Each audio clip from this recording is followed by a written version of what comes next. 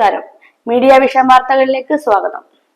ക്ഷേത്രങ്ങളിലും വീടുകളിലും കർക്കിടക വാവുബലിയും വീടുകളിൽ കൊടുക്കയും നടന്നു.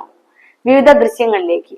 പിതൃമോക്ഷ പുണ്യം തേടി വിവിധ ബലിതർപ്പണ കേന്ദ്രങ്ങളിൽ ആയിരക്കണക്കിന് ആളുകൾ എത്തി ബലിയർപ്പിച്ചു. സംസ്ഥാനത്തെ വിവിധ പുണ്യസ്ഥലങ്ങളിൽ ആയിരങ്ങളാണ് വാവുബലി തർപ്പണത്തിന് എത്തിയത്.